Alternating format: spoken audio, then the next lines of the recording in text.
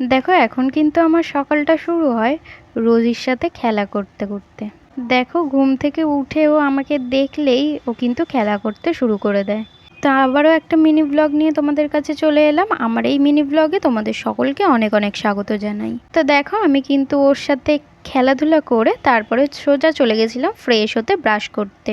তারপর ঘরে এসে দেখো আমি কিন্তু ভালো করে ঝাড় দিয়ে দিয়েছিলাম। আর দেখো এই বর্ষার সময় না সব সময় ঘরটা যেন কিরকম অন্ধকার অন্ধকার মনে হয়, কিন্তু কি আর করা যাবে বলো, সবটাই তো মানিয়ে নিতে হবে। ঘর ঝাড় দেওয়া শেষ করে আমি কিন্তু ব্রেকফাস্ট কিছু করিনি, তো সেই কারণে একটা ফ্রুটি ছিল, সেই ফ্রুটিটাই আমি খেয়ে নিয়েছিলাম।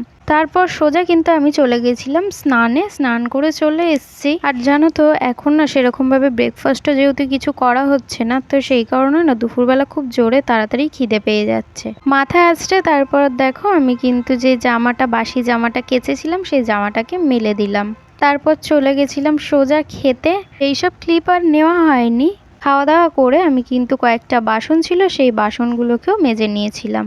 সুপর্ণা পাল নামে এক দিদিভাই আমাকে কমেন্ট করেছে, তোমার ভিডিও আমি এই প্রথম দেখলাম দিদিভাই, খুব ভালো লাগলো। থ্যাংক ইউ দিদিভাই, এইভাবেই সবসময় আমার পাশে থেকো, আমার ভিডিও দেখতে থাকো।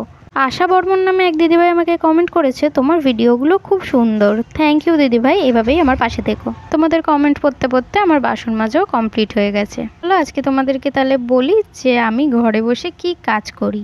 এই যে এইগুলো দেখছো আমি এক এক করে আলাদা আলাদা করে ভাগ করছি, এগুলো হচ্ছে নাইটির কাপড়। আমি কিন্তু ঘরে বসে নাইটি সেলাই করি। মালগুলোকে ভাগ করে তারপরে দেখো আমি চলে এসেছি, কয়েকটা জামা কাপড় ছিল অগোছালো, সেই জামা কাপড়গুলোকে ভাঁজ করে নিলাম। জামা কাপড় অগোছালো থাকলে বা ঘর অগোছালো থাকলে একদমই দেখতে সেরকম ভালো লাগে না। তো দেখো আমি ভাঁজ করে সোজা আলমারির ভেতর ঢুকিয়ে দিলাম।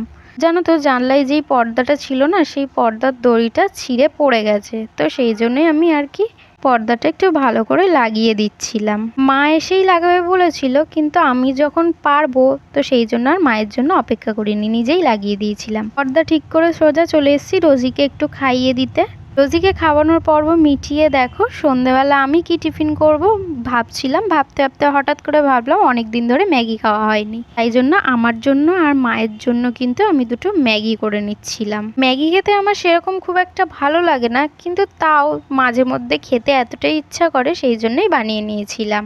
তোমাদের সাথে কথা বলতে বলতে দেখো আমার একদম ম্যাগি করা কমপ্লিট হয়ে গেছে। আর কতটা গরম দেখছো, কত ধোঁয়া উঠছে। চলো তাহলে এবার ম্যাগিটা খাওয়া যাক।